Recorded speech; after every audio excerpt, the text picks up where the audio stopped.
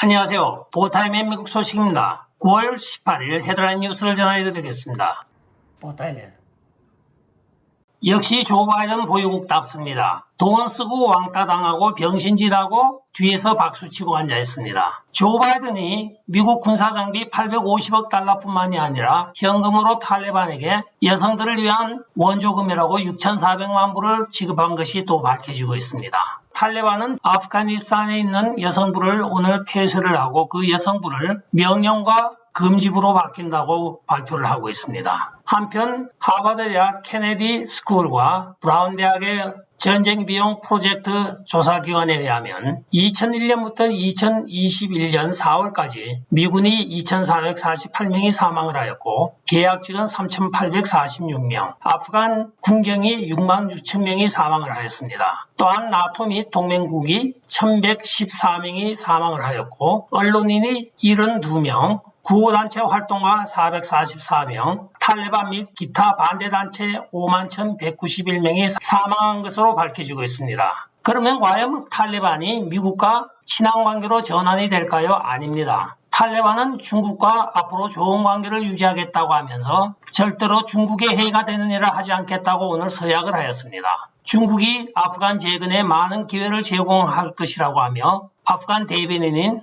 자비울라 무자히드가 오늘 공식적으로 발표를 하였습니다. 즉 미국은 돈만 대고 군사장비 뺏기고 민간인 많이 죽고 결과적으로 빈손 들고 나오고 돈까지 주었지만은 돈은 왕서방이 지금 챙기고 있습니다. 요즘 말로 개이득은 중국이 다 보고 있습니다. 또한 유엔에서 지금 중국은 자기들 동맹국인 이란, 이라크, 이후 베네수엘라, 큐바 등과 공동성명을 발표하면서 미국을 전범으로 지금 기소를 하고 있습니다. 미국이 2001년부터 2021년까지 20년 동안 아프간을 점령하면서 민간인을 학살, 고문하였으며 또 여러가지 그 나라의 정치 발전을 후퇴시켜왔다고 하면서 미국을 전범으로 기소해야 된다고 공동으로 유엔에 제소를 하고 있습니다. 점이 가경입니다. 미국이 어쩌다 이렇게 되었는지 역시 오바이든 보유국답게 되었습니다. 다음 소식입니다. 독자적인 저널리스트이며 특별히 탐사보도 전문가인 메리베트 파이프가 오늘 트윗을 하고 있습니다. 뉴욕타임즈가 8월 25일자로 아이벌 맥틴에 관하여 발표를 했는데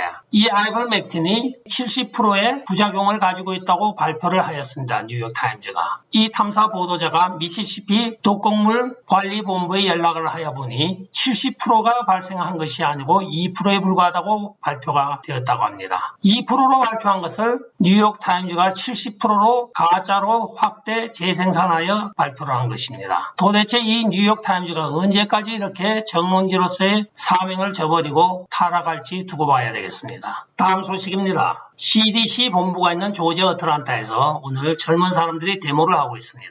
이 사람들의 구호가 바로 니키 미나즈는 진실을 말하였고 안토니 파우치는 거짓을 말하였다고 하면서 CDC는 당장 폐쇄해야 한다고 지금 데모를 하고 있습니다. 이 항의 데모가 지금 일어나고 있는 이유는 바로 니키 미나즈가 일전에 자기 트윗에 자기는 백신을 맞지 않겠다고 공언을 하였습니다. 그 이유는 자기 사촌의 친구가 코로나 백신을 맞았다가 완전히 죽을 뻔하였다가 살아났다고 하면서 이 신뢰성이 없는 백신을 맞을 필요가 없다고 하면 자기는 맞지 않겠다고 공언을 하였습니다. 이에 니키 미나즈의 많은 팔로워와 그 팬들이 니키 미나즈를 적극적으로 응원을 하면서 이 가짜 백신 사건에 대하여 질병관리본부센터로 몰려가서 데모를 하고 있는 것입니다. 니키 미나즈는 실제적으로 아프리카 출신의 세계적인 랩 가수입니다. 한국의 방탄소년과도 같이 협연을 한 적이 몇 번 있습니다. 지명도가 높은 팝 가수가 이렇게 여러 수백만 명에 달하는 팬들을 향하여 진실을 말하자 이에 당황한 백악관의 젠사키 대변인은 니키 미나즈에게 백악관으로 와서 우리와 같이 대담을 하자고 제의를 하고 있습니다.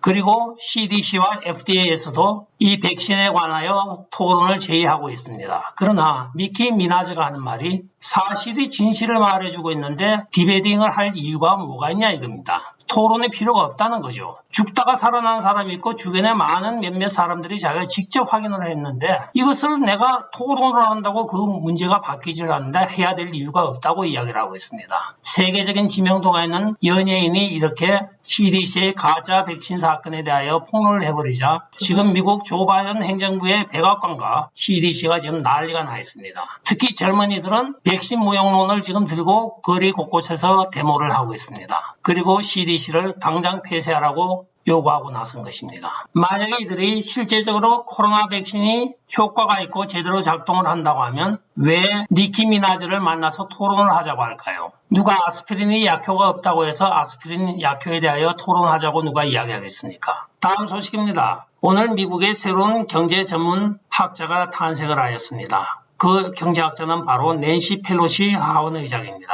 펠로시가 전통적인 미국 자본주의는 자본주의가 마땅히 성취해야 할 만큼의 경제적인 기여를 하지 못하였다고 하면서 수정자본론을 들고 나왔습니다. 공무원들은 부의 불균형을 해결하기 위하여 시스템 개선을 추구해야 한다고 오늘 이야기를 하고 있습니다. 새로운 자본주의 설을 들고 나온 것입니다. 펠로시의 머리에서 이런 수정자본주의적인 이론이 나올 리는 없죠. 배우가 누구일까요? 참 궁금해집니다.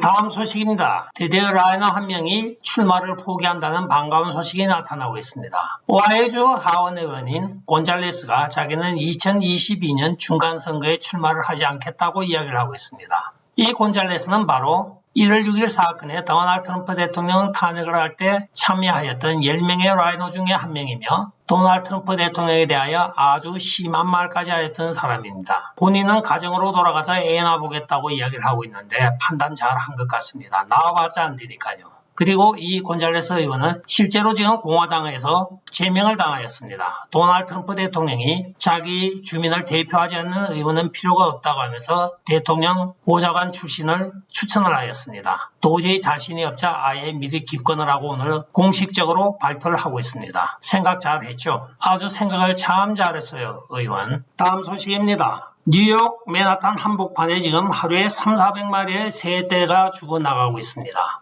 이 새들이 바로 눈이 나빠서 죽고 있는 것입니다. 주로 철새들인 이 새들은 월드 트레이드 센터 부근에서 지금 빌딩과 충돌하여 추락사하고 있는 것으로 밝혀지고 있습니다. 아침이 되면 월드 트레이드 센터 동서남북 모든 벽면에서 많은 새들의 시체가 발견이 된다고 합니다. 최근에 그 원인을 살펴보니까 바로 월드 트레이드 센터에 있는 유리 문제였습니다. 200피트, 즉 60m 상공까지 반사가 되지 않는 유리를 끼운 것이 원인이라고 합니다. 지상 가까운 곳에 반사가 되는 유리창을 끼우게 되면 운전하는 운전자들이 시야에 상당한 애로사항을 겪는다고 하여 비반사 유리경을 끼운 것이 원인이 되어서 밤이 되어 불이 환하게 켜게 되면 이 유리가 전혀 반사를 못하기 때문에 그 자체가 허공인 줄 알고 새들이 날아들다가 유리벽에 부닥쳐서 떨어진다고 합니다. 자, 새를 살리자니 유리를 갈아야 되고 유리를 갈자니 자동차 사고율이 높아진다고 합니다. 현대 유리공학의 딜레마이기도 합니다. 다음 소식입니다. 캘리포니아 북부에 지금 큰 산불이 일어났습니다. 이 산불에 의하여 지금 세계에서 가장 큰 나무인 제너럴 셜먼, 즉 셜먼 장군이라는 별명 가진 큰 삼나무가 불이 붙지 않기 위하여 이렇게 방화복을 입히고 있습니다. 해마다 산불철이 되면 이 세코야 나무 있는 부근에는 많은 자연 발화가 일어나곤 합니다. 그 원인은 세코야 진액이 송진과 같고 투명한데 이것이 위에서부터 떨어지면서 볼록렌즈 현상을 만들어서 태양광이 투과를 하게 되면 볼록렌즈로서 밑에 떨어졌던 나뭇잎에 불을 붙이게 됩니다. 이것은 자연재해이므로 우리가 어떻게 막을 방도가 없습니다. 다음 소식입니다. 국경이 없는 나라가 하나 있습니다. 바로 유나이티드 스테이츠 오브 아메리카입니다. 합중국 간에 국경이 없는 것이 아니고 멕시코와의 남쪽 국경이 없어진 지 오래됐습니다.